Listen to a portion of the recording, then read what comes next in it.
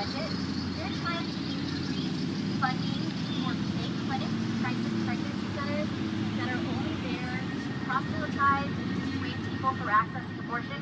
They're trying to increase that funding by $100 million. Over the past 16 years, they've spent over $168 million on these alternatives to abortion access. And all those people do is try to dissuade and lie people from accessing the health care they need. And we're not going to take it anymore.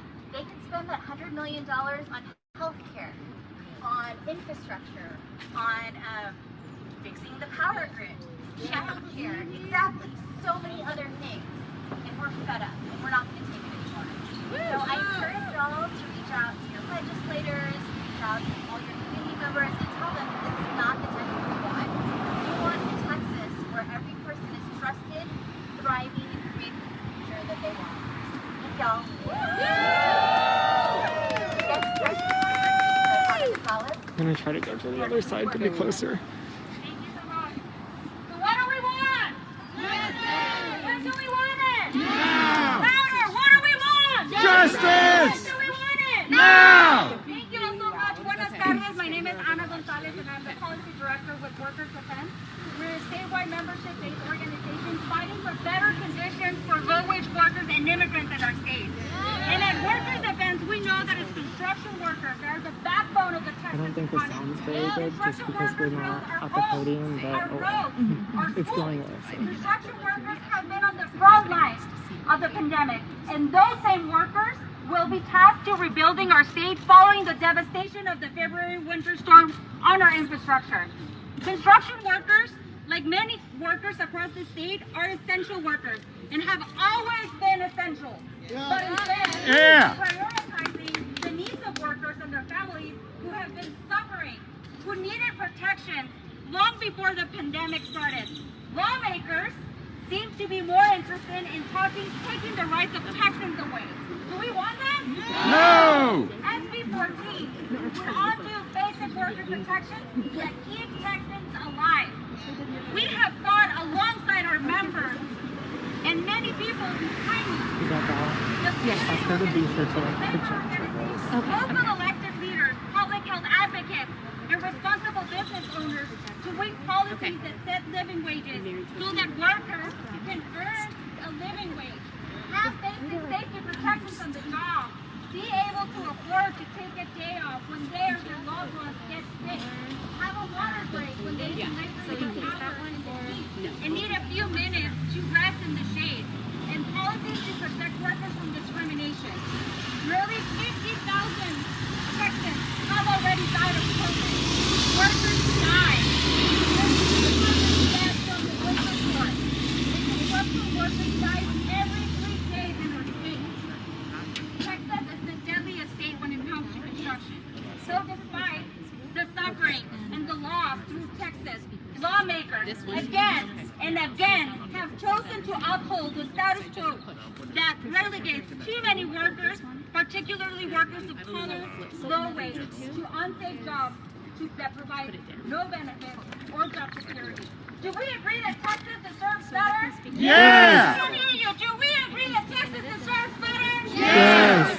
Today, Workers Defense is proud to join local elected leaders and all the amazing organizations that are in the state that have fought and continue to fight here at the Capitol and many other places for the equity, dignity, and justice that all of our communities deserve. We are honored to be in this fight and stand with you. And we will continue to be in this fight together. Thank you all so much for being here. And now it's my honor to introduce the amazing Bob Benavides with Texas Freedom Network. Thanks. Yeah!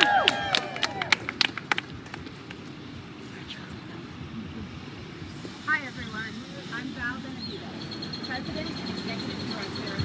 Get the mic. Do you want to switch back to the other one? Okay. All right, start over.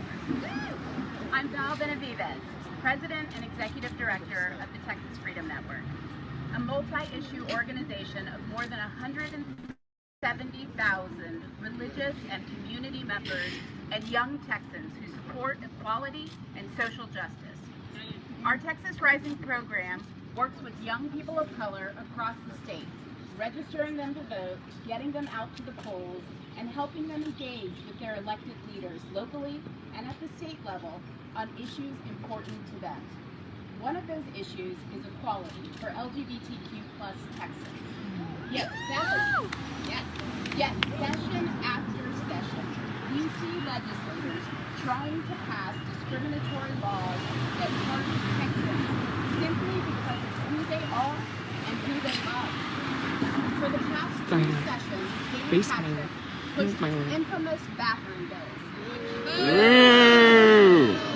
which failed in the face of broad and overwhelming opposition from businesses, faith communities, and many other advocates across Texas. Now he's targeting transgender youth, who already face harassment and even violence because of their gender identity. Think about this.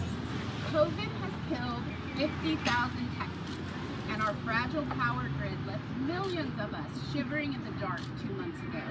But Dan Patrick and Greg Abbott and the legislature's Cruelty Caucus insist that making life even harder for transgender kids is a priority this session. Some bills, like SB 29 and HB 4042, would ban transgender students from school sports.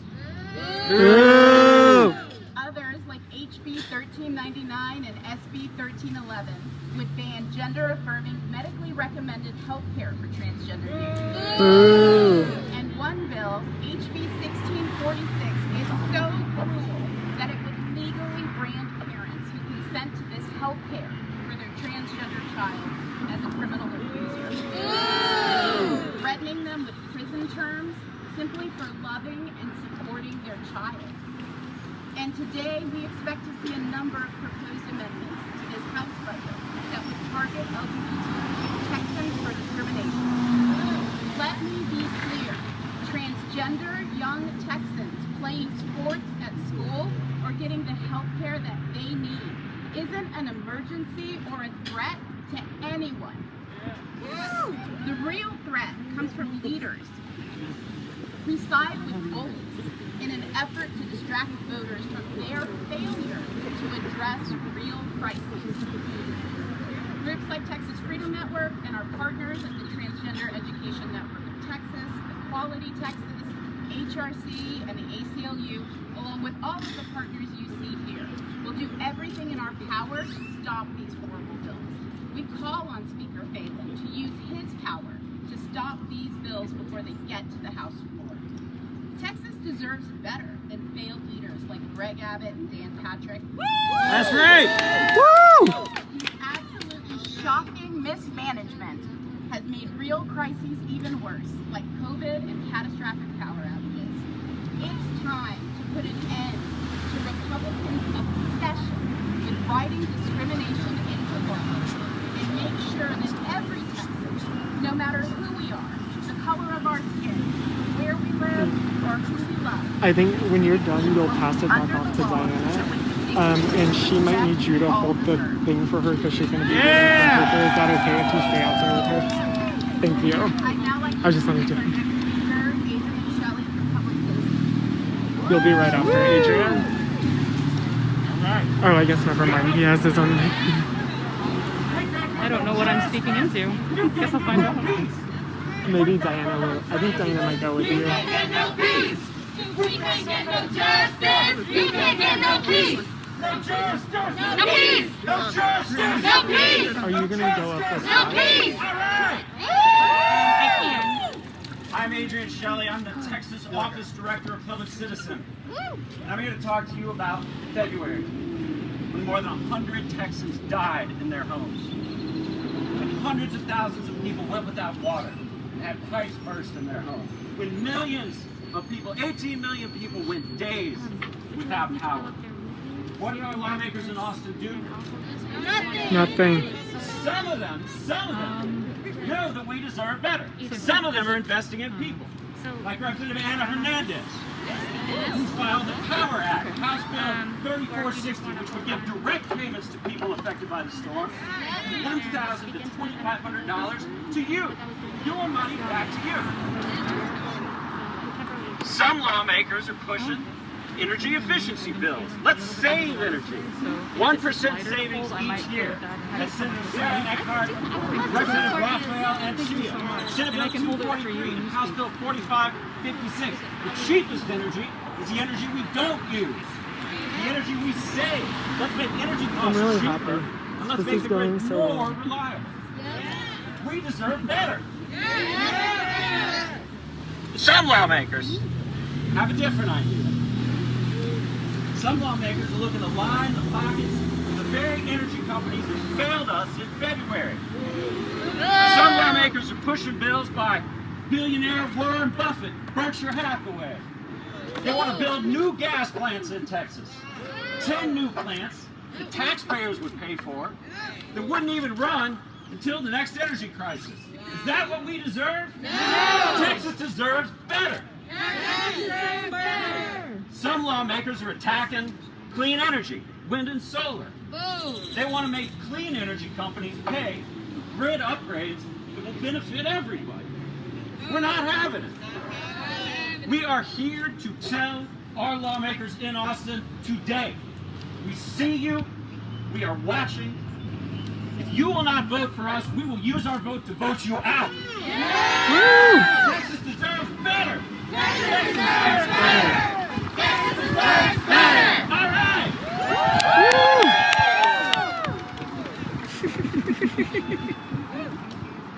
And now we'll be hearing from Ash Paul, representing Indivisible Texas.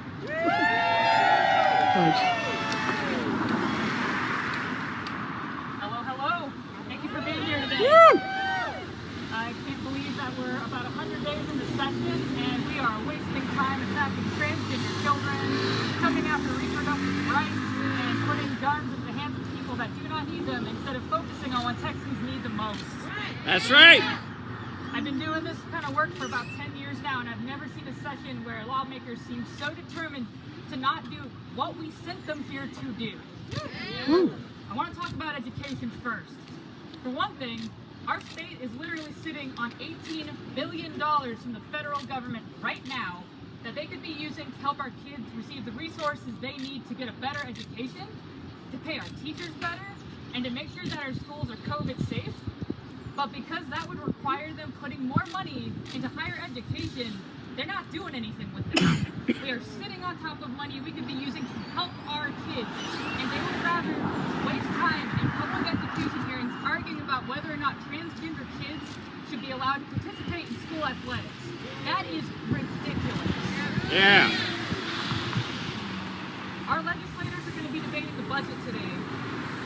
I swear, if we waste more time fighting about whether or not transgender kids should be receiving gender-affirming health care than we spend time on whether or not our teachers should be getting a raise this year for their incredible work educating our kids in the middle of a pandemic, I'm going to scream. Texas deserves better.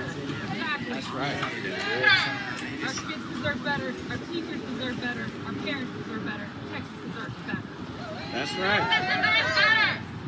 Now that's not the only thing that we need to have our legislators paying attention to. In the middle of a pandemic, I can think of no greater issue than that of Medicaid expansion. Yeah. And again, I've seen healthcare hearings wasted talking about whether or not transgender kids should be allowed to access gender-affirming healthcare instead of whether or not we want to give healthcare access to 5 million Texans that do not have it. Not to mention the 1.6 million Texans who lost their healthcare access when they lost their jobs in the middle of the pandemic. These are life and death issues that we elect people to go to this building and fix for us. These people are supposed to represent us, and they are not doing that. And I hope every Texan who is watching this goes ahead and makes these calls to their representatives and lets them know exactly why we elected these people to come here. It wasn't to debate red meat issues that are going to look great in the primary. It's not about politics. It's about saving lives. Yeah. Texans deserve better. That's right. Thank you all so much for being here. I'm going to go ahead and pass it off to Diane. All right.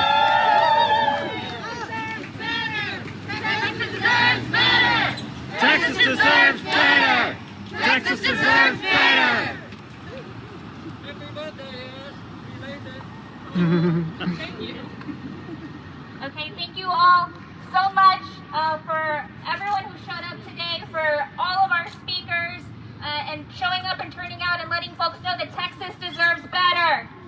It deserves better. I know you've heard about it already from everyone else, but millions of Texans were literally left out in the dark and freezing cold this year because of statewide power failures. Thousands of Texans have died and even more have gone sick with COVID. Meanwhile, legislators are attacking our rights and ignoring our needs. This session is not over yet, right? That's right. No, there is still time for our lawmakers to reverse course. Legislators need to hear from you. So if you're at home watching or if you're here at the Capitol today, take a second and give your representative a call or send them an email to tell them to stop attacking our rights. That's right. And specifically, we're asking for House Speaker Phelan to stop these harmful bills from going to the floor. And if you're looking for someone specific to call, Phelan's phone number is 512-463-1000. One more time, that's 512-463-1000. We're going to go ahead and end the event, but we're going to stick around for any questions. Thank you so much for everyone that came out. People united will never be defeated. United will never be divided. People united will never be divided. People united will never be divided. People united will never be divided. Woo!